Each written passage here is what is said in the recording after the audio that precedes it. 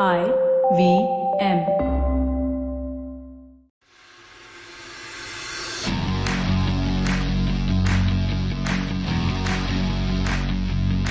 Hello and welcome to this week's episode of the Edges and Sledges Cricket Podcast, brought to you by CEAT Tires. Continuing our sponsorship, very excited to bring to you another episode, and there's a ton that has happened in the world of cricket this week, right? So it's almost as though Test match season took a little bit of a hiatus, a couple of days off, and we went deep into the IPL. So we're going to be covering the pink ball test that comes up. We're going to talk a little bit about India's T20 squad that got released, and we're going to talk, of course, about the IPL auction. So lots to cover. I'm your host this week, Ashwin. I have with me Varun in Singapore and DJ in the UK. And before we get into the details, make sure you stay tuned for the second half of this show. We have an incredibly exciting guest. We are joined by the COO of the Rajasthan Royals, the franchise, Jake Lush McCrum. He was at the auction table. He has been a big part of the strategy and all the planning. So stay tuned, because after our CEAT Tire strategic timeout, we will come back and do the interview with Jake, where he gets into some great insights. So DJ, let me start with you, right? I feel like we want to get into the auction already, but we got to talk about this pink ball test. It's a couple of days away. India and England are tied 1-1.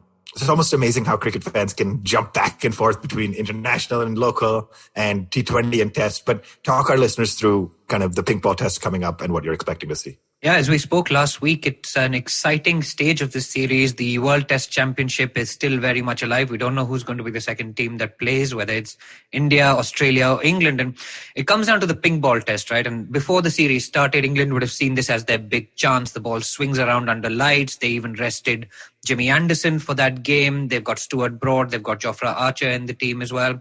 But for India, very interesting. I mean, they unveiled that pitch and it looked really green. It was kind of 5 days out from the test match.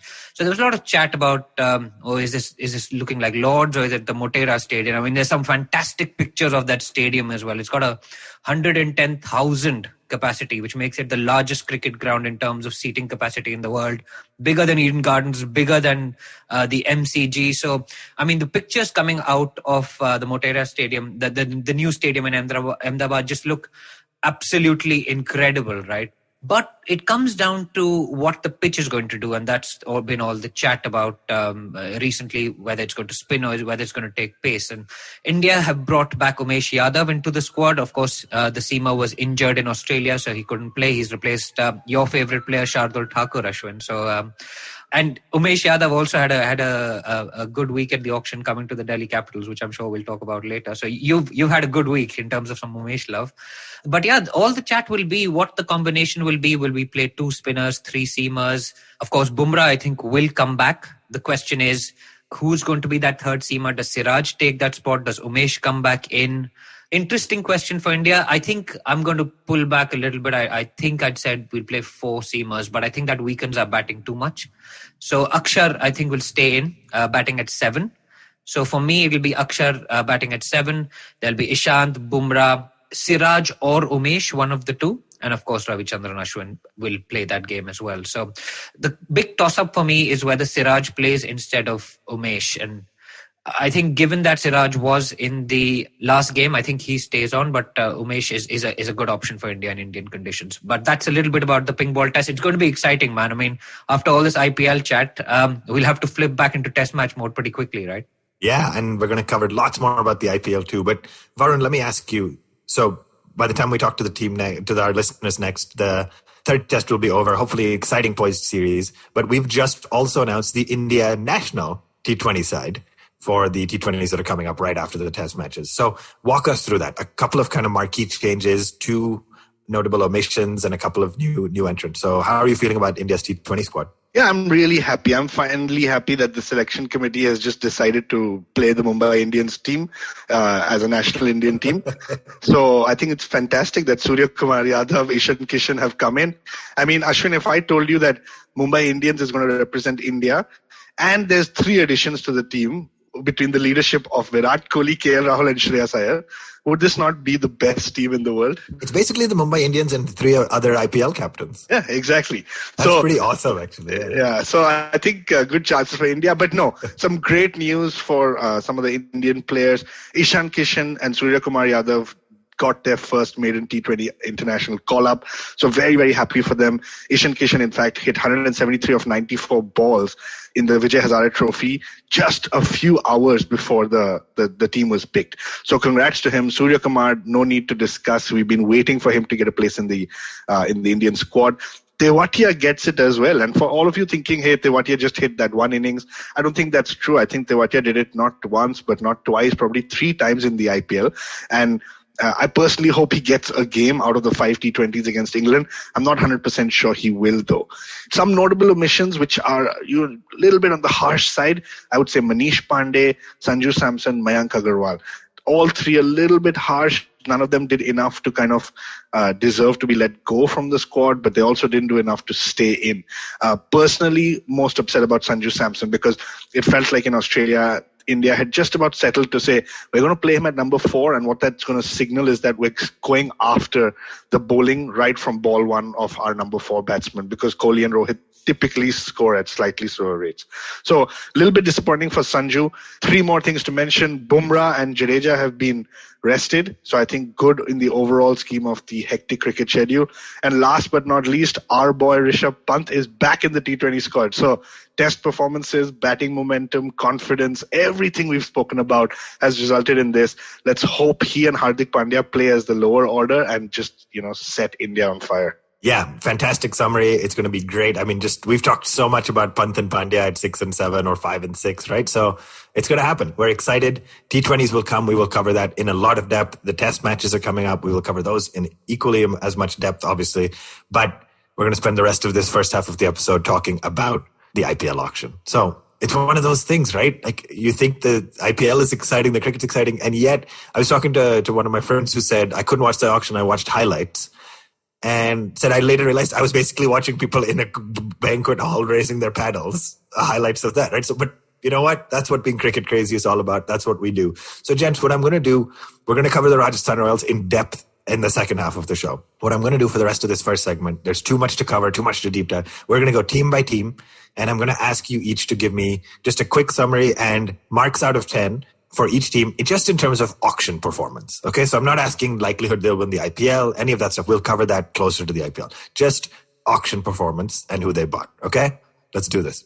So, some very interesting buys, right? We'll talk about them as we go through. Morris, Moeen Ali, Kyle Jamieson, Jai Richardson. But let's start with the Chennai Super Kings. DJ, I'll come to you first. They're your second team, arguably. They only bought 6 players. They went big behind Moeen Ali, with ending up at 7 crore, Krishnappa Gautam at 9.25 crores. And then, our favorite test player, Cheteshwar Pujara, who put his name in the auction. So let's talk a little bit about CSK's overall performance, right? Moeen is 32, Gautam is 33, Pujara is 33. So was this the strategy? We're going to go in and buy 30-plus-year-olds? I mean, it's the dad's army, right? I mean, the obvious joke is that you've got to be above 30 to even qualify to be considered. But I mean, obviously Sam Curran and those guys have brought down that average. And maybe that's why they had such a bad year last year. But I mean, again, with the CSK, they worked out their pitch is going to spin. Chepauk, we saw it spin. We saw Moeen Ali. I mean, talk about recency bias, right? He scored like 43 in 17 balls. And 3 days later, he goes to the Chennai Super Kings. So, well done to Moeen. I mean, he's a great player. If I'm not wrong, he's the guy who took Kuldeep apart in that game where you see that picture of Kuldeep like very upset and being consoled by his co-players. But yeah, I mean, they've again planned their entire auction strategy around that pitch at Chepauk, which will take spin. So Gautam is a spinner as well. Moeen Ali can bowl off spin, bat against spin. And of course, Cheteshwar Pujara, back in the IPL fold after 7 years? I think he's played 3 IPL games since 2010. But man, it's great to see him back. Yeah, so Varun, let me ask you then. Does that make Cheteshwar Pujara this week's CEAT Tire Puncture Resistant Player? I mean, 7 years, you keep putting your name in the auction. He didn't get picked up. He put his name again. He just backed himself. Does that make him your Puncture Resistant Player of the Week by CEAT? Yeah, it has to be, right? I mean, when you think of the words puncture resistant, you pretty much think how can somebody just continue to go on after being kind of deflated, after hitting roadblocks. And Cheteshwar Pujara just kind of identifies with that Imagine not getting picked for so many years in the IPL, getting all this criticism. I mean, getting criticism about strike rate, even in test matches, and then to come out, have the self-belief, have the confidence, and then have a team like CSK back you. For us, yes, he is our CEAT Tires Puncture Resistant Performer of the Week. So, and a special mention to CSK for picking him up. I think it just made all of us very, very happy. So, Varun, let me ask you before DJ wraps then. 3 marquee players, Pujara, Gautam Ali, 3 younger Indian guys, Hari Nishant, Bhagat Verma, Harishankar Reddy. I don't know too much about them. Marks out of 10, CSK's auction performance this year? I would probably give it a 6. DJ, marks out of 10 for you? I'd probably say 7. They've gone for spin heavy, batting heavy, good players of spin. So, they're going to have those T20 pitches with spin from ball 1, like we had in the last test match, right? So I think they've, again, planned their strategy around their strength, and I'd say 7. So I'm actually going to say 4 out of 10 because the high likelihood they're not playing in Chepauk, right? There's a lot of discussion with the COVID bubbles. They're going to play all the matches in 3 stadiums between either in Mumbai or Mumbai and Pune. So it feels very narrow-minded or short-sighted to me to build a team, assuming a pitch that may or may not happen. But obviously they know a little bit better than us. We're just armchair critics. So that's the CSK team. Let's keep going down the list, right? Let's go to our boys next, the Delhi Capitals, right? There was a total of 8 acquisitions. Varun, I'll come to you first, right? The overseas guys. Sam Billings got picked up in the second round. Tom Curran, I don't know where he fits, but he was the most expensive at 5.25. But Steve Smith, let's talk about that, man. I struggled with this a lot on the weekend, right? Like, I have a hard time cheering. I'm not going to stop cheering for Delhi, but I have a hard time cheering for Steve Smith. Where is he? Where are you at on Delhi's auction performance? So I think, I know you're going to ask me to rate it. Again, I would rate it a little bit higher than Chennai. So I would say 6.5 out of 10. And the main reason for me why is because if you look at the Delhi Capitals season, we've struggled with our third pacer, right? Ishant's fitness is not always Indian. Third pacer who needs to be an Indian. So Ishant hasn't always done well. You've had your Avesh Khan, you've had your Tushar Deshpande. They've been okay. They've not been bad, but they've not been good. And so Umesh Yadav was a key purchase in my opinion. The rest of Delhi's purchases, very average. Steve Smith now, again, I know Ashwin, you feel very passionately about this. I'm kind of mixed on this a little bit. I think for 2.2 crore, Steve Smith is an absolute steal. In fact, you've heard Michael Clark come out and say, wouldn't be surprised if he has a hamstring injury and pulls out, right? I personally don't agree with that because he's playing for Ricky Ponting. So I don't think he would do that. But I think, Stoinis, Rabada and Nokia are 100% playing in your 3 out of 4 overseas. Hetmeyer has been hit and miss. And I think Steve Smith is not that bad a purchase. I think the scary thing for me is if you try to force fit him into the playing 11, that is a little bit scary, but I think it's not a bad buy. So 6.5 out of 10. DJ, Varun didn't mention a couple of the others, right? Ripal Patel went base price for 20 lakh. There seems to be a lot of excitement about him. Lukman Meriwala, I didn't know much about him, but he's an experienced campaigner. So first off, marks out of 10 for Delhi. DJ? So I've got to give them marks in context of their release, right? And I'm very upset that they released Sandeep Lamichhane.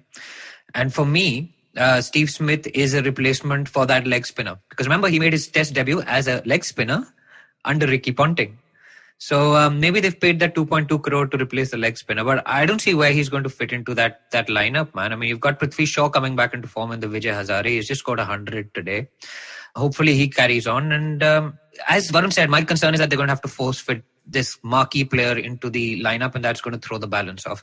So I'd say maybe a 5.5, probably harsh, 6, because Umesh, as Varun said, key acquisition, backup for the pace battery of Rabada and Nokia and Ishant. So key acquisition on Umesh, but I mean the Smith acquisition I'm pretty ambivalent on, to be honest. Okay, so sorry, marks, what did you say, 5.5? 6. I went with 6. That was slightly less harsh. For me, I have way high up there. I have Delhi at the 9, and it's probably some bias for being a fan, but you picked up your quick bowler. You got a marquee player. And again, I'm not a personally a fan of Smith, but heck, for 2.2 crores, that is a bargain. But where do you fit him, though, Smith, in the lineup? I mean, you only have 8 overseas guys, right? If the South Africans come in late, you'll play one extra Indian quick and bat Smith at, Prithvi Shaw's been in bad form.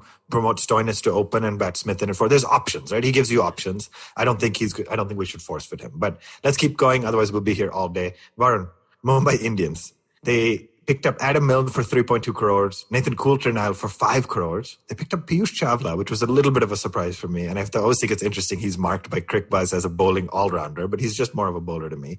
And then would be remiss if I didn't ask you about little Junior Tendulkar getting picked up as the last bid of the IPL auction for 20 lakhs. So thoughts on Mumbai and marks out of 10? Yes, I was actually confused because RCB picked up Sachin Baby, but Arjun Tendulkar went to Mumbai Indians. So Mumbai Indians picked up Sachin's baby. Yeah, so Sachin's baby and Sachin Baby both had a great IPL auction. Have you written this one down? I have was pre-planned for DJ. sure. I swear. 100%. All the listeners know that these jokes are impromptu and on the spot. But let's get back to Mumbai Indians. I think it's an average auction for me because they didn't need to be anything more than average. They've got a champion team. Majority of these players are representing India. Then you've got your Quinton de Kock, etc. So I don't want to give Mumbai Indians a rating on this because they basically just had to buy another overseas pace bowler. And they did Adam Milne and Nathan Coulter-Nile. So team that didn't need to be at the auction picked up the one person they needed. I would give Mumbai Indians 10 on 10. Yeah, fair. That's an interesting point because they didn't need more. DJ, your marks out of 10 for Mumbai? Yeah, I mean, they got what they needed, right? I think they were going for Morris for a while, but yeah, I'd say 9 or 10. No issue. The problem is they're so strong, man. They failed to find a weakness with these guys. And then, I mean, I have to ask the question though, right? Varun, let me ask you, because I asked you and you didn't really address it, but I'm going to do it on the show. Like, what's the thinking about Arjun Tendulkar, right? Left arm quick, no real domestic record, hasn't done much. So was that to appease the important father figure in Mumbai? He's been a nets bowler for Mumbai Indians. He associates with Mumbai Indians. If there's anyone who's got Mumbai Indians in his blood, it's probably Arjun Tendulkar. So, I mean, there's two angles to it. One is he's probably not going to play, but anybody who can bowl medium pace or pace and bat is always going to be an asset. So even if this is a 3-year, 5-year plan, it's a good decision from their perspective. Second is, I mean, if I was any of the other teams, I would have been waiting to pick up Arjun Tendulkar purely from a business perspective, right? Like, seriously, if I was the CEO of Rajasthan Royals or Delhi Capitals or Sunrisers Hyderabad, what great PR value to have Arjun Tendulkar in your team. But it's too early, man. Let's not say anything against him. Yeah, fair. And my point of view really quickly on this is that you can't blame him for being a famous player's kid, right? So yeah, he works hard, he tries. Yeah, do you get advantages? You get access? Absolutely. It's probably not great, but you can't blame him. It's not his fault, right?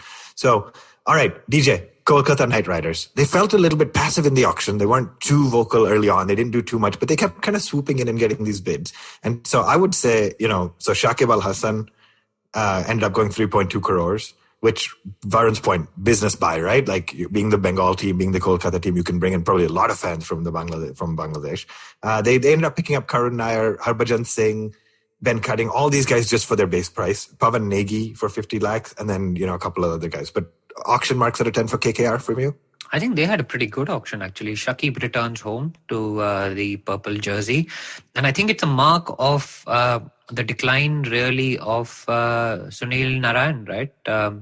He would take he was a banker for one of those overseas spots, which I think Shakib will now really give him a run for his money for, particularly with Shakib's batting as well. So I think they had a good auction. I'd probably rate them at 8 out of 10. But I mean, yeah, we'll only find out how it all plays together once the IPL starts, right? So good auction for them, no complaints. 8 out of 10. Varun, KKR for you? I would say 6 out of 10. I didn't see anything stand out. Yeah, sure, Shakib was a value buy, but nothing else stood out for me. You also just don't like KKR. Yeah, Plus the opening batsmen, they haven't fixed their opening issue really, and all those Hales and all those guys went unsold. I would have thought Roy and Hales and all these guys went unsold, right? But Tripathi is there, so maybe they'll fix it. Yeah, I think the challenge is if you have Narayan, Russell, Morgan, and Cummins, you're not really looking to bolster your overseas players. So I think they should have gone bigger behind a domestic player. Right. I was going to say Kings 11 Punjab, but they are no longer the Kings 11 Punjab. They are the Punjab Kings, which is the weirdest rebranding for me. If you were going to rebrand, pick something different. But anyway, Varun, let me ask you. They came in with the biggest purse. They bid on a lot of different guys, but they didn't actually leave the auction with too many marquee players, right? They ended up going 14 crores for Jai Richardson, 8 crores for Riley Meredith, 4.2 crores for Moses Enriques, who's played there before, and 5.2 crores for Shah Rukh Khan. And then, of course, Malan was the last one at 1.5 crores. So How are you feeling about Punjab? This felt like a weird year for them, sort of, right? Yeah, it feels odd. I mean, again, another joke that I hadn't got lined up, but I think Veer Zara is on mind because Preeti Zinta and Shah Rukh Khan are reunited. Don't try to take credit for that one. I feel like I saw it on the Discord, on our Edges and Sledges Discord, and then I sent it in our group, and you're taking credit. But thanks. It's all about the listeners. I don't know. I think, look, Punjab for me, David Malan steal by, but again, in a team where you've got Mayank Agarwal, Chris Gayle, and KL Rahul, I don't know where you're going to play him. Jai Richardson, sure, decent pick, not worth that much in my opinion. Especially when you already have a Chris Jordan.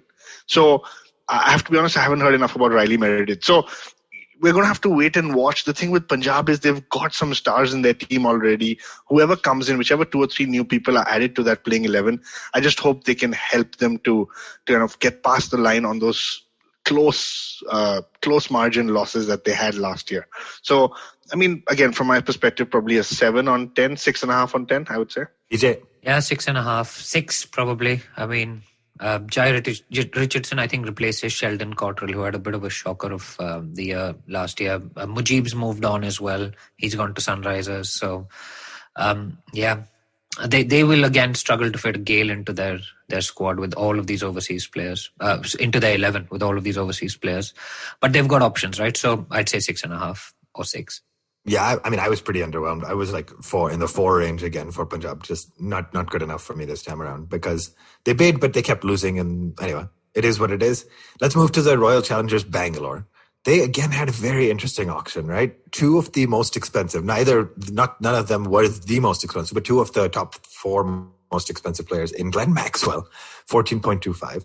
And then Kyle Jamieson went for 15 crores, right? There's some jokes and memes going out there that this was a long con to try just make sure Virat Kohli gets enough time to bat against Kyle Jamieson in the nets ahead of what could potentially be a thrilling World Test Championship final, which would be great. I would love if that was the plan all along. But DJ, walk us through the Rcb auctions, kind of results and strategy. And then I think we're going to say Kyle Jamieson also is our CEAT SecuraDrive Player of the Week. Is that correct? Oh yeah, we had a very interesting picks here with Kyle Jamieson coming up against Chris Morris. Also, Arjun Tendulkar got a fair amount of the vote, which was interesting for kind of securing a contract, I suppose. So Kyle Jamieson has bowled a spell where he's taken 6 wickets for 7 runs in 2019. He has the New Zealand T20 record. And I mean, he's one of those quick bowlers. And with CEAT SecuraDrive, you get the thrill of speed with complete control. And if a guy bowls a spell for 6 for 7, I mean, that guy is going to be our CEAT SecuraDrive Player of the Week. He went for 15 crores. He filled that gap that Morris had kind of left open, right, when RCB let him go. So definitely a good pick for RCB. We'll see how he goes because I think it's his first shot in the IPL this time around. He's done well in the test game. He's a huge unit, that guy. I mean, he's pretty tall, hits the deck, and can bat as well. So a good pick for those guys, replacing Morris. And then Glenn Maxwell, man. I think he was one of the nominations for the CEAT Puncture Resistant Performer of the Week because he's been around for a really long time. He may have a bad year or a bad season, but he keeps coming back, right?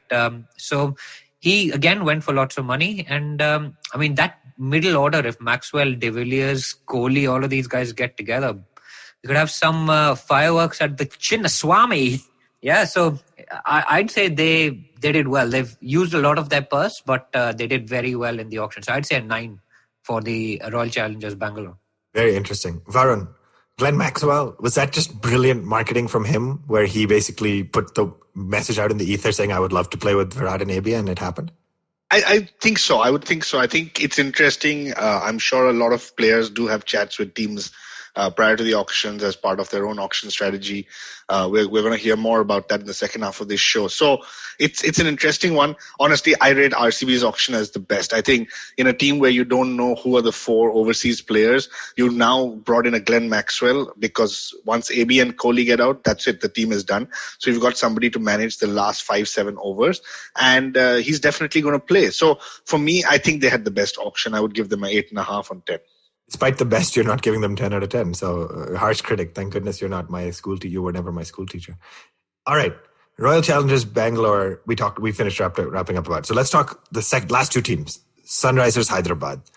again, very interesting. They were super quiet. They actually didn't buy anybody of note, right? They bought a player of note. Come on. So Varun, I want to ask you about the player. So of course I'm talking about Jagadish Suchit, right? No, I'm just kidding. They bought Mujib. They bought Suchit. I think not dissimilar to what you said about Mumbai. They didn't need to buy too many. But let's talk about your favorite player, Kedar Jadhav. Went for his base price of 2 crores, and he's now a Sunrisers Hyderabad player. Yeah, so my rating for the Sunrisers Hyderabad is probably -8 on 10.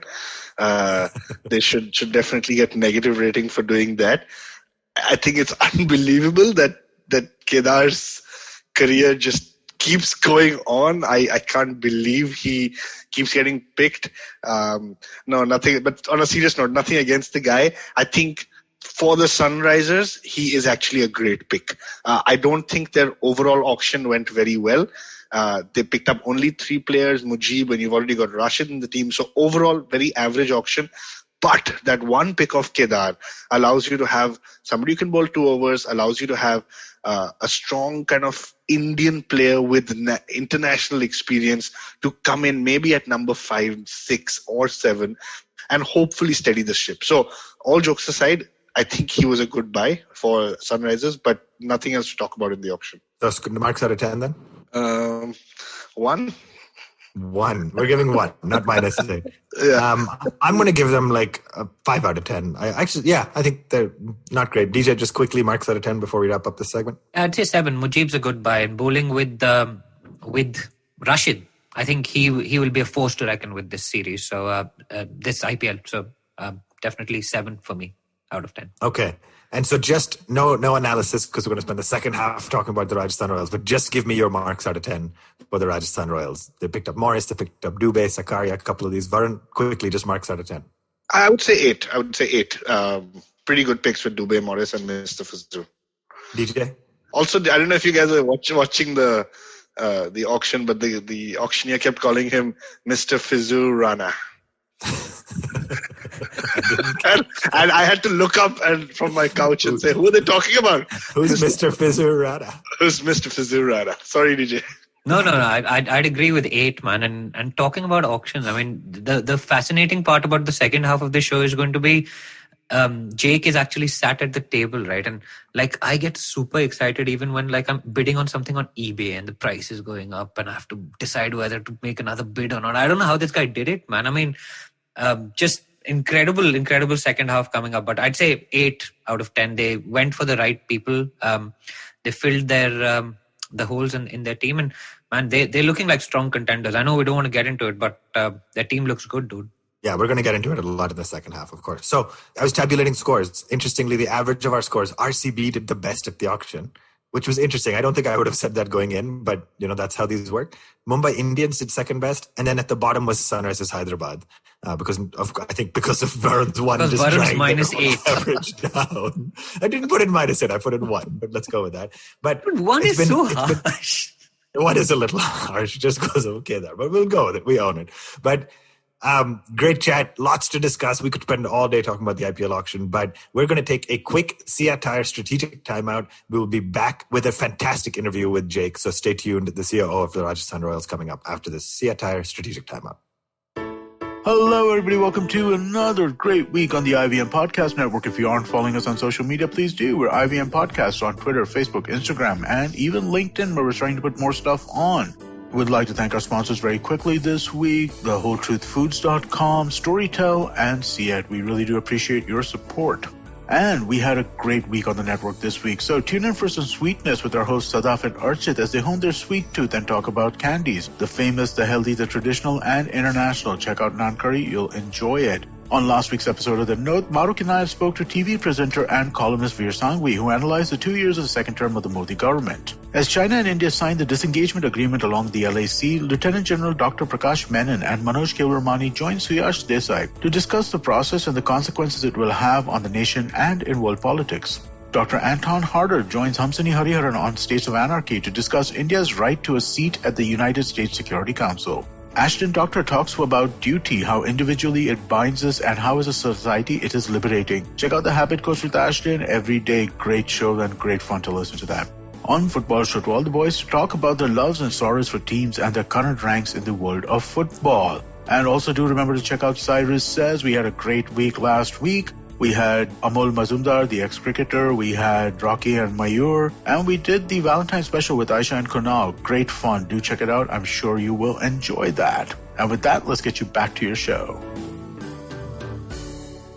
Welcome back to the Edges and Sledges Cricket Podcast. We are knee-deep in IPL season. It feels like it just happened. It's coming again. But as we've shared with you before, we are very, very excited to introduce a special guest on the show today. We have with us the Chief Operating Officer of the Rajasthan Royals, Jake Lush McCrum. Jake, welcome to the Edges and Sledges Cricket Podcast. Thank you for being here. Cheers, Ashwin. Good to be here.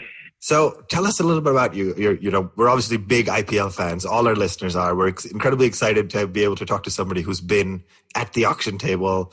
It's been an incredible week for the IPL, and obviously lots more coming soon. But tell us a little bit about you, your background, and how you ended up as the CEO of the Royals. Yeah, it's a little bit of a different story. I basically started off, had a sort of economics background, studied at Leeds University, and then I did a year in UMass Amherst in the States. So when I was at UMass, I actually studied a bit more sports marketing, entrepreneurship, and sports management because it was number one in the States there, and it's always an area I've had a lot of passion for. But coming out of university, generally the roles in the sports industry are quite specialized. You either go into digital, you go into sponsorship, you go into operations. I wanted something a bit broader. I'd always been interested in the sort of venture capital space, so I actually went originally into a company within the Blenheim Chalcott portfolio. Blenheim Chalcott's the sort of venture builder company which Manoj Badali, the lead owner of the Royals, owns. So I started off in one of his fintech businesses. I then moved into his investment arm where I was sort of advising 5 or 6 of the businesses, looking at new investment opportunities and working on the business plans with them. So again, learning how Blenheim Chalcott builds businesses, learning how it scales them up, brings the right sort of processes into them to make them run really efficiently. So after a few years there, Manoj came up to me one evening. I think it was about 9 at night. I was probably the only person in the office, and he just comes up and goes, "Jake, can I have a word?" And I was like, what's going on here? And I don't even get the whole way to his office. He sort of stops in the corridor. He goes, "Do you want to go to India?" And I went, "Could you give me a bit more information, man? It sounds really interesting, but what are we doing?" Wow. And he goes, "Do you want to? The Royals are relaunching after a couple of years out. I'd love you to go out there, work with Ranjit, who's the exec chairman, and basically bring across those sort of Blenheim Chalcott learnings from the US and relaunch the Royals and help it grow as a business." So I said, "This sounds amazing. Let me just have an evening to think about it. What timing are we talking?" And he was like, "Go out in 3 weeks' time." And I was like, "Okay, quite quick." So I went home. I called my parents and I was like, "This sounds like a no-brainer." They were like, "Yeah, just go for it." And so I emailed him straight away and said, basically delighted and would like to do it. And therefore joined November 2017, just as the Royals basically got announced as coming back. So yeah, it was, it's a different one. And I sort of progressed the way I've worked in the business is I started in sort of digital space. Then I went into the merchandising, kitting, sponsorship. So I worked across sort of every area of it, became general manager for cricket operations, looked to sort of build out that structure and optimize our sort of auction preparation and execution. And then, over time, build a structure we think is effective to win IPL. And now I oversee sort of the entire India business. We've basically got a new group CEO who looks at the global growth opportunities, and I head up India. So, absolutely love it. Love being out in India, to be honest. And really excited, the different areas we can grow this business. Jake, that sounds awesome. I know a lot of us have been in office till 9 p.m., but nobody's ever tapped our shoulder to get this kind of an opportunity. So I have to be in office longer. But tell us, for our listeners, so where are you based? Everyone's curious, like, how do you divide your time? Where do you live? And what happens during non-IPL season for you in your job? So I'm Mumbai-based 9 months of the year, and I'm in London for the other 2 to 3 months. So generally this summer is where we build on our strategy for the next couple of years. So I go back there, we spend some time with Manoj and look at both our sort of global expansion opportunities, but also how we're going to scale up the India business. So, and I get to spend some time, with family and friends at home, which is a nice sort of mental refresher after a tough IPL season. But yeah, during, the IPL, say March to May, during those summer months, it's both, your sponsorship conversations are already starting, but you're already building on your strategic plan for the next 3 years. So you've almost got a transitioning 3-year plan where you reflect on the year gone by and then you sort of refresh different aspects of it, which is the sort of July and August months. And then when September hits, it's back to full throttle, preparing for every aspect of the business. Now we're looking to, expand globally. There may be more, franchises within our group. There may be other investments. We've got academies in the UAE, UK now, so we're looking to expand that further. So it's rather busy, but no, I love it. Yeah, that's fantastic. So thanks for sharing a little bit about that. As we think about kind of your role, like the viewers, the watchers, the fans of the game probably think mostly about the season, player acquisition, and what we see, right? The Royals, the kind of the faces of all the players and performances. But there's obviously a lot more behind the scenes, right? Before we started recording, we were talking about the camps and organizing those, and just the crazy Tetris puzzle it must be to figure out players from the ICC schedules and, from sponsorships too. So tell us a little bit kind of about what have been the most challenging aspects of your jobs in the past year. And transparently, last season was not even in India. It wasn't in the April window. So I can imagine it's been crazy. But what are some of the things that have been more challenging for you?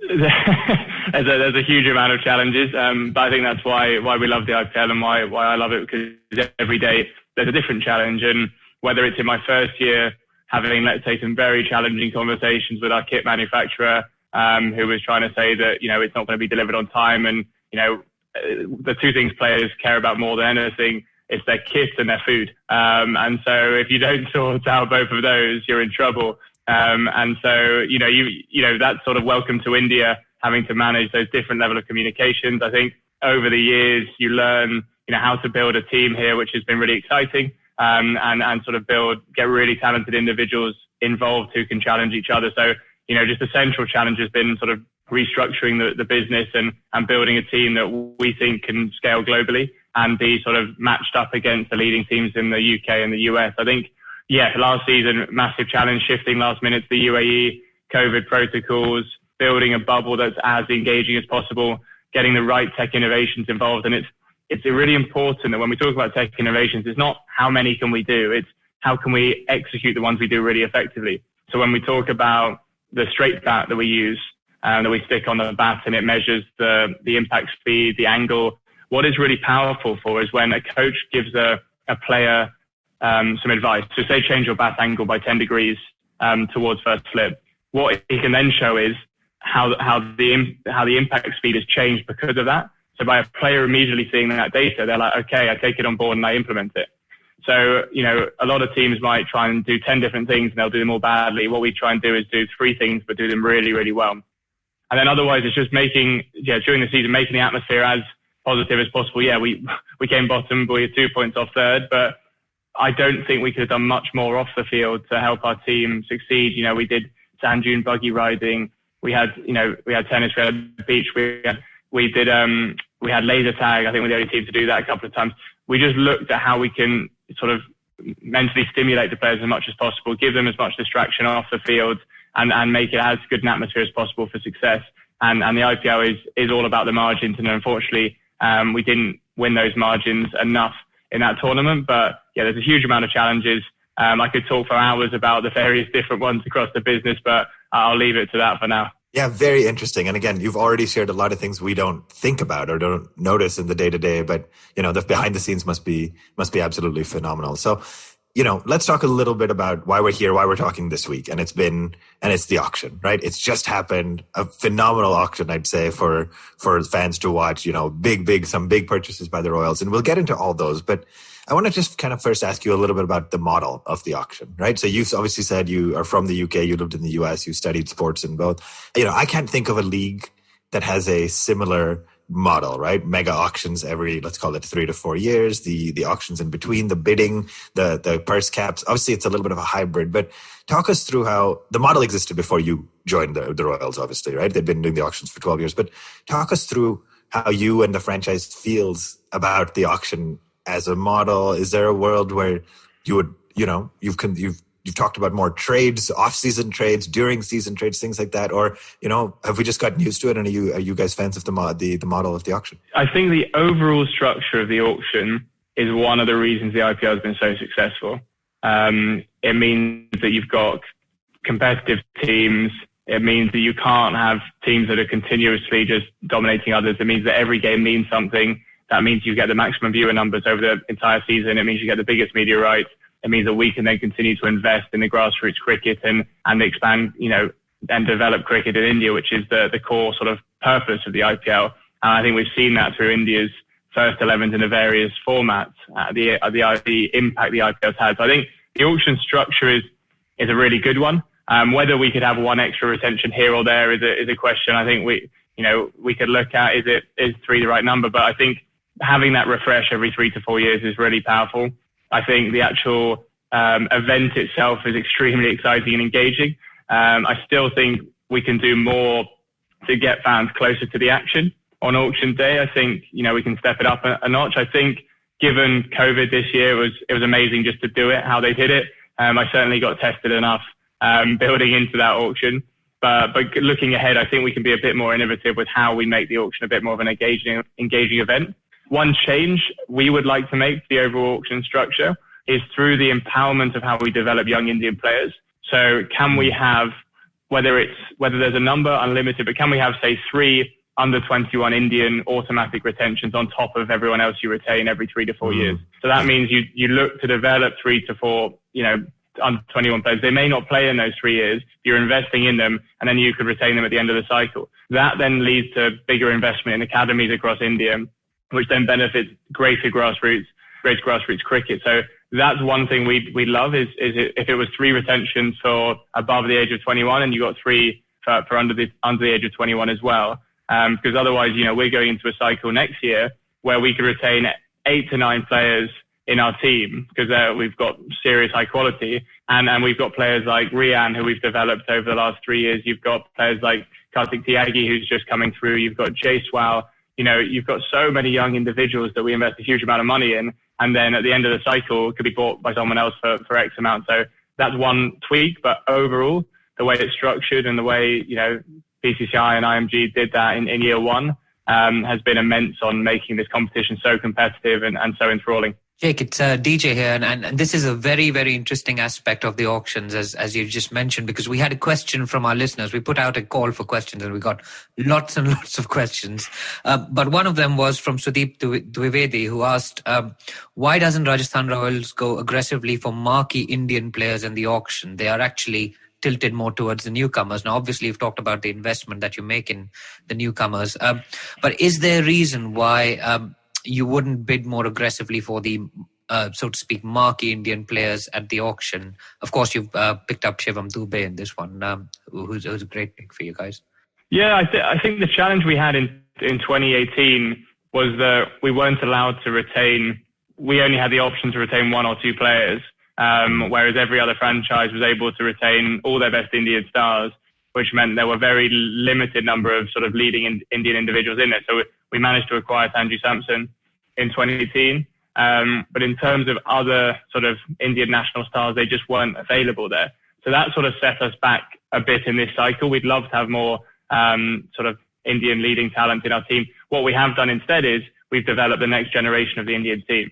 And, we've traded in Rahul Tewatia, for example. He's just been signed up for India. You've got Sanju there, who I'm sure will be back in the India team soon. You've got Rian and Tyagi, as I said, who are going to be pushing for places, Shreyas Gopal as well. So I think we were in the unfortunate position that we couldn't actually buy that many leading Indians then. And then teams don't, put them back in the auction. So we've had to wait. Shivam Dubey, as you say, I think was the leading Indian talent in this auction. Yes, KG went for more money and I was delighted for him. But Shivam was our one target in terms of our main Indian bat target. So we were delighted to get him, and he fills an important role on our side. Yeah, so fantastic. Thanks for sharing that. I want to ask really quickly about 2021 then. And so, sorry, have you been at the auction before? Was this your first time at the auction table? Yeah, no, that's my 3rd time on the auction table, 4th time at the auction. Got it. So talk us through kind of the level of strategy discussions that happened before. And again, I know you won't reveal everything, right? But do you have a list of, hey, we will get these players no matter what it costs versus, hey, these are nice to haves, but I have a price maximum? And how much transparently does the adrenaline of the bidding process and the bidding wars play a factor into the auctions? So yeah, there's a huge amount of strategic preparation for these. It starts as soon as the last season finishes, to be honest, with video reviews from around the world, data getting tracked, and that sort of gets fed through to Zubin and Kumar. They'll then further review the videos, and then we did a trials a couple of weeks ago, which again during COVID times is challenging to do, but we were one of I think 2 or 3 teams who did a trials this year, and that enabled us to really check out the talent of Chetan Sakaria, of Casey Karyappa, and of Kuldeep Yadav. So all of these guys came to our trials. So all of them really impressed us, which was why we were able to invest in them. So, you've got those trials. At the trials, we don't just do sort of cricket preparation. We use right eye technology as well, which is vision technology. So we do a vision test there. We do sort of fitness tests and full medicals. So we get a full picture of these players before we go investing $100,000+ in them. And then we come to the sort of the build up to the auction, which is where the simulations come in. And so we've had 8 individuals from our analytics team who've been there since 2008 pretty much, who have an understanding of how the other teams think, how they prepare, who they're going to target. So there's a huge amount of research that goes in. How are the other 7 teams going to target players? Who are they going to target? And then we run, 20+ simulations. We do stress scenarios to get to a picture where we build a decision tree which says, this is our first guy. This is the price we're going to go to. Yes, there's a bit of flexibility. Some franchises have a hard stop. We have a bit of flexibility there. And then you sort of go, if we miss him, how do we reinvest that money? In this one, openly, Shivam Dubey was the only Indian bat we were looking to secure. So if we missed him and we did have a price limit on him, then we would have had to let him go, and we would have, we've got talent, Anuj Rao, Mahepal Lomro, Jaiswal in our squad. So those guys would have stepped up. But we managed to get him within our budget. Chris Morris, as I said, I think on the day, that was our very last bid. So if Kings had gone one more, we'd have missed out on him. We'd have reinvested in Adam Milne, and then his price would have been substantially higher, because Mumbai got him for a bargain 3.4 crores, I think. Whereas I think they'd have pushed him all the way up to 10. So that just shows, how players can be lucky or unlucky. If Kings had done one more bid, Adam Milne suddenly gets $500,000 more in his pocket. So there's lots of dynamics. Adrenaline, my job on the preparation for the auction and execution is getting the best out of our cricket experts. So it's not for me to say who we should buy based on quality of player. My job is to make sure I get the best debate from Kumar, Zubin and our analytics team to then make the best decisions on the day, and to then manage those individuals on the day to ensure we go to the right price, we don't overspend, and we think about the dynamic of the whole team. So thankfully we got everyone we wanted, and that's not me making up. We filmed beforehand and a video will come out and I list the players we want to target, and we got all of them. So to get all of them, and in all our simulations, we never saved as much as we saved. So normally we'd save 8 to 9 crores if we got them all. This time we saved 13.5. So it was a good day for shareholders, a good day for our whole cricket team, and a good day for me, thankfully, too. Yeah, that's fantastic. I mean, first off, congratulations, right? If you can end up with all your buys and save some money, that's a win-win, right? So let's talk about the 2 big picks you mentioned really quickly, and then we'll come back and ask you some other questions. But Chris Morris, right? What is it that made Morris a target? And so, full transparency, the 3 of us on this show are all from Delhi. So we are all Delhi fans. We have been over the years. And so we've seen Morris play a lot over the years. We've seen him move franchises. He hasn't played professional cricket since the last IPL, I think it was. He didn't have a great IPL 2020. So what was it that made Morris your marquee pick or your marquee target for this? Yeah, well, I disagree when you say he didn't have a good IPL 2020, because he had the best stats in the IPL 2020. And that's one of the key reasons we looked at him, is death bowling was a gap in our side. We need someone to pair up with Jofra and Karthik, and he had the best stats in the tournament. And the new boys coming in, the likes of Jameson, Jai Richardson, Milne, like all of these guys who went for a lot of money. Milne's obviously got some more experience, but they're not death experts. And so he was certainly priority number 1. He also has that bit with the bat where he can come in at number 8 and win you a game. So he's an ex-Royal. He's spent a couple of amazing years here and amazing personality. He's got the experience to deal with that price tag. You've got young boys getting some big money in other teams. And will they be able to manage that pressure? Whereas, Chris had 10 crores last year. He's had bigger price tags before. So we know he can manage that. And we did I mentioned on there, we did do a medical review with him before the auction to make sure he's in good shape. He's now played 2 South Africa domestic matches and he's done really well. So, obviously after spending 16 crores, you hope his next couple of matches go well. And thankfully they have. So you mentioned the medical review. Just out of curiosity, do teams do that often with players before auction? And would like in a situation like Morris, do you think multiple teams would have done this? Or is it something that a player and a team just get together and discuss on their own? Yeah, I think you need the right relationship. So for our trialists, we do it because we have them there and we have the ability to do it there. For the international players, it depends who it is, right? Because certain players would then feed back information. They tell the other teams, this guy's going to bid for me, they're going to compete, and it gives them a bit of a competitive advantage. With Morris, we know him really well, so John was able to have a good chat with him and get all the required information we needed. And it's actually done him real good having a period of rest. He's focused on his nutrition and he's looking good. So I know no other team did it in the prep for this auction for Morris. I don't know about other players, but it's important when you're spending $2 million+ on someone. Yeah, phenomenal. Thank you for sharing that. And so, again, I don't want to ask you specifics you said it was your last bid, so thanks for sharing that. But was there a point as you were bidding up where you thought, Punjab had, I think at that time they had a slightly bigger purse left over, and was there a point where you would just accepted defeat almost, and you said, you know what, this is it, we're not gonna secure him, I need to start pivoting, thinking about Milne, how does that go? What is the emotion like at the table? Yeah, I'm actually getting sort of goosebumps slightly thinking back to it, because it's different this one, because normally you have Manoj there on the paddle. I'm basically working with him and Zubin inputting, and we sort of work through it as a trio. This time I had Manoj in my ear and Kumar in my ear, and then I had Ranjit, the exec chairman, and Zubin there. So I'm having to manage the conversation in my ear and sort of talk them through the decision. These guys can't hear what's going on, so I'm sort of having to funnel messaging through, debate it between everyone, and basically stay calm while this is all getting bid up. So it's an interesting one. I mean, that's why I'm there, because thankfully I can do that well and sort of manage those different inputs and hopefully get the best out of it. Yes, for us, Kings had a much bigger purse. We thought he was going to be their guy, given he bid up to 16 crores. So we thought they were going to go one more. We knew that if they did get him, we were going to have to bid a high price for any of the other three. Maybe they under-anticipated how much a Jai Richardson would go for, or Riley Meredith would go for. I thought we were going to lose him there, if I'm honest. But we pushed him up as high as we could. And also there's a bit of tactics there. We made it known it was our last bid, in a sense. They knew they were going to win him basically if they pushed one more, and that made them nervous, because when we're a very technical franchise, we do a lot of preparation. So if we're stopping, then they may start to think, is this the right money to be spending? So there's a lot of mind games in there, a lot of complexities. Sometimes you might not want to show it's your last bid, because you might want to say, I've got the confidence to bid some more.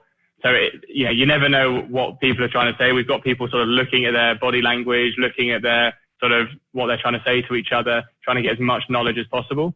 But I thought we were going to lose him, if I'm honest, at that point. Do you do mock auctions? Yeah. We do, loads and loads of mock auctions. So 8 of us, whether it's virtually or sort of stats-based, socially distanced in a room, we go through. And again, some of them you force stress scenarios. So you say, what if, again, so in one of them, we had Kings 11 push us to over the 16.5 figure, and we lost him. And so then we had to get Milne, and we picked up someone else as well. So we also had a minimum spend to reach. We had to spend 16 crores to get to our minimum spend. So if we lost Morris, we're then thinking, okay, we've got Dubé for 4.4. If we get Milne for 8, we may need to spend more on someone else. So there was extra complexity in this one. But yeah, we go through all those scenarios, which then helps us build as complete a picture as possible. But the truth is, Kings 11 could have won Dubé and Morris. They didn't want Dubé, thankfully.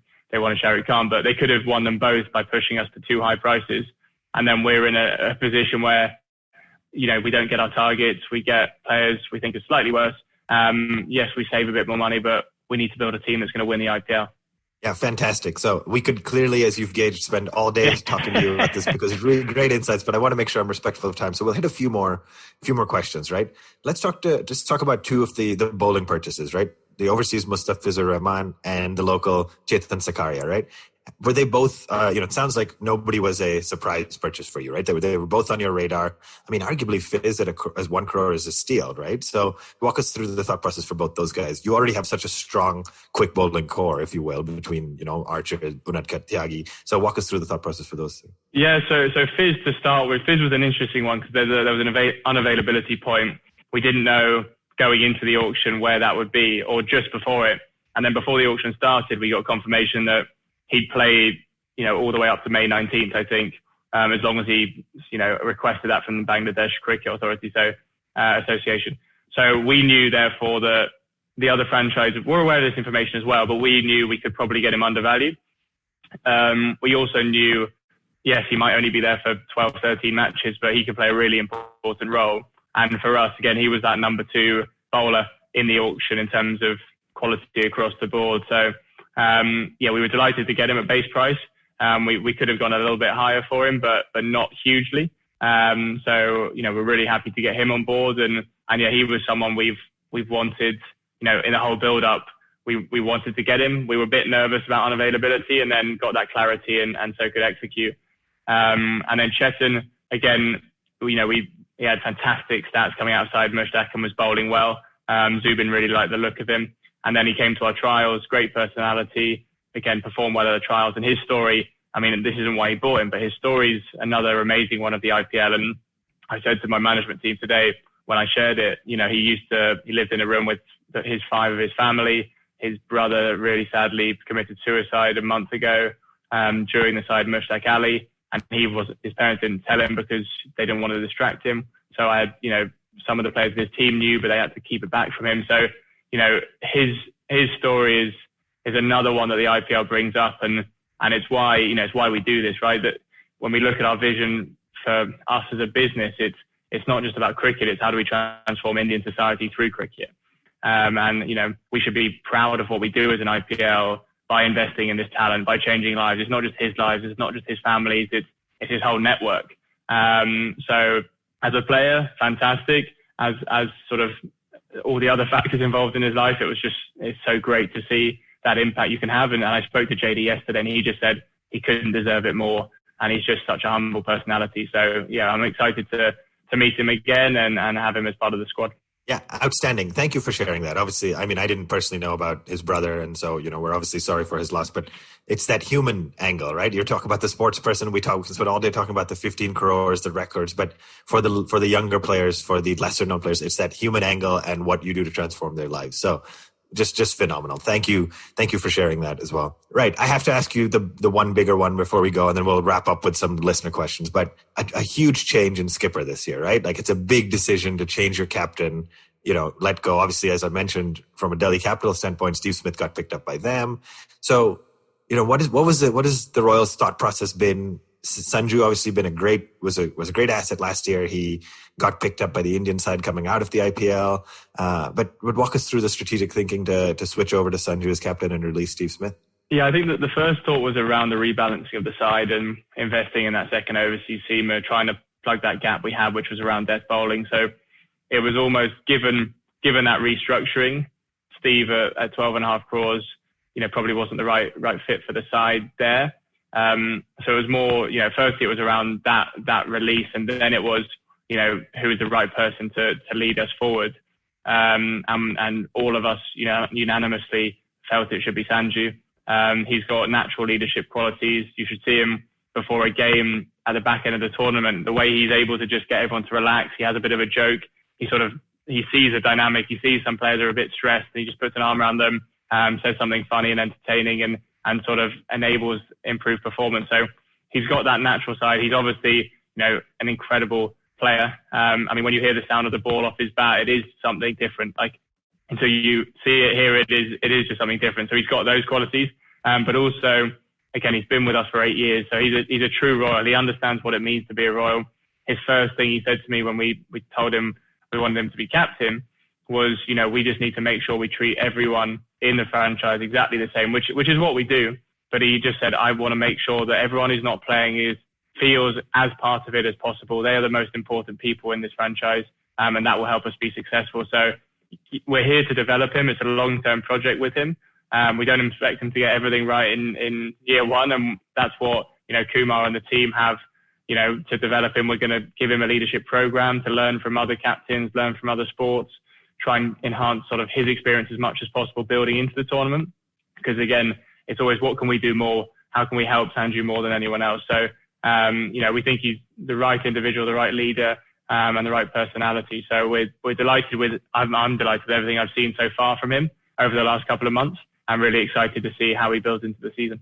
Incredible, Jake. And the other question we had, you mentioned briefly about availability determining your auction strategy and things like that. And your new director of cricket, Kumar Sangakkara, has come out and said that the England players will be available for the entirety of the 2021 IPL, which may even mean them missing the first test or maybe even the second test against New Zealand, who's due to be here in England in June.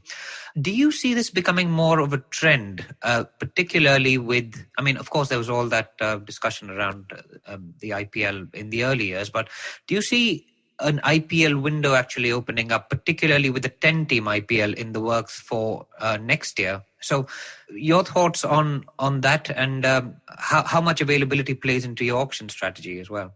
Yeah, so I mean, availability is crucial for the auction strategy. So there were certain individuals you wouldn't look at because of that.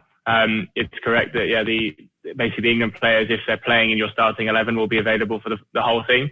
If you've got players who aren't playing a game and are on the bench and England want them for the Red Bull team, then they may call them back. So again, that's looking at who we bought in the auction. If we thought we were going to have a backup player who was English, who would be in the Red Bull side, we maybe didn't go for them and went for others instead. In terms of the window, I think the IPL is the best cricket tournament in the world. It's the most competitive, and having all the players available for the whole thing is really important. I think also what we've seen this year is how important it is to have a balanced cricket calendar and not absolutely squash everything into it. Players need time to rest. Players need time to mentally recover. And so hopefully you'll see a lot more of the cricket associations trying to get that balance right. I think England have done a great job in letting players like Stokes and Jofra miss the Sri Lanka series so they can actually mentally refresh, and they went on to win. They went on to give players a huge amount of experience. You've then got Joss, who's resting at the moment. You've got Moeen Ali, who was given some time off. So I think that approach is something all the associations should learn from. And I think that will be really powerful. And if you're looking at the whole international calendar and you have that IPL slot, people can build around it. And, we've got a T20 World Cup this year.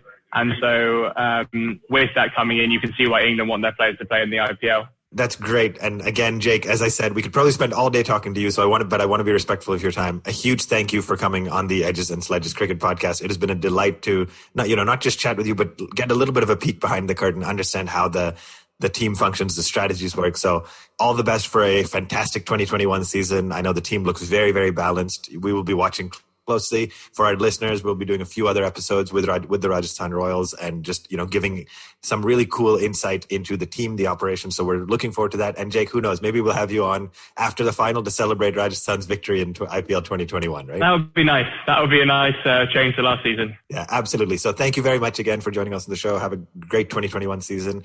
That brings us to a wrap of this week's episode of the Edges and Sledges Cricket Podcast, brought to you by CEAT Tires.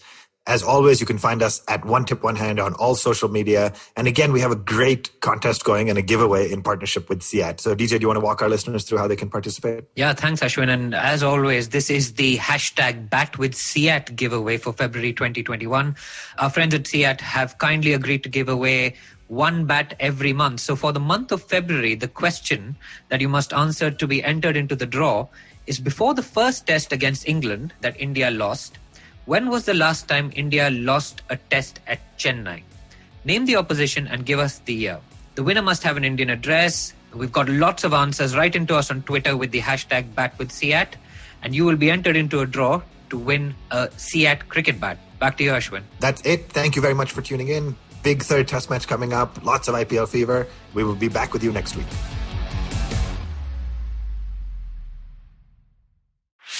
Whether you're an established sports person or a budding one, or simply a sports enthusiast, join us, Tanvi and Shlok.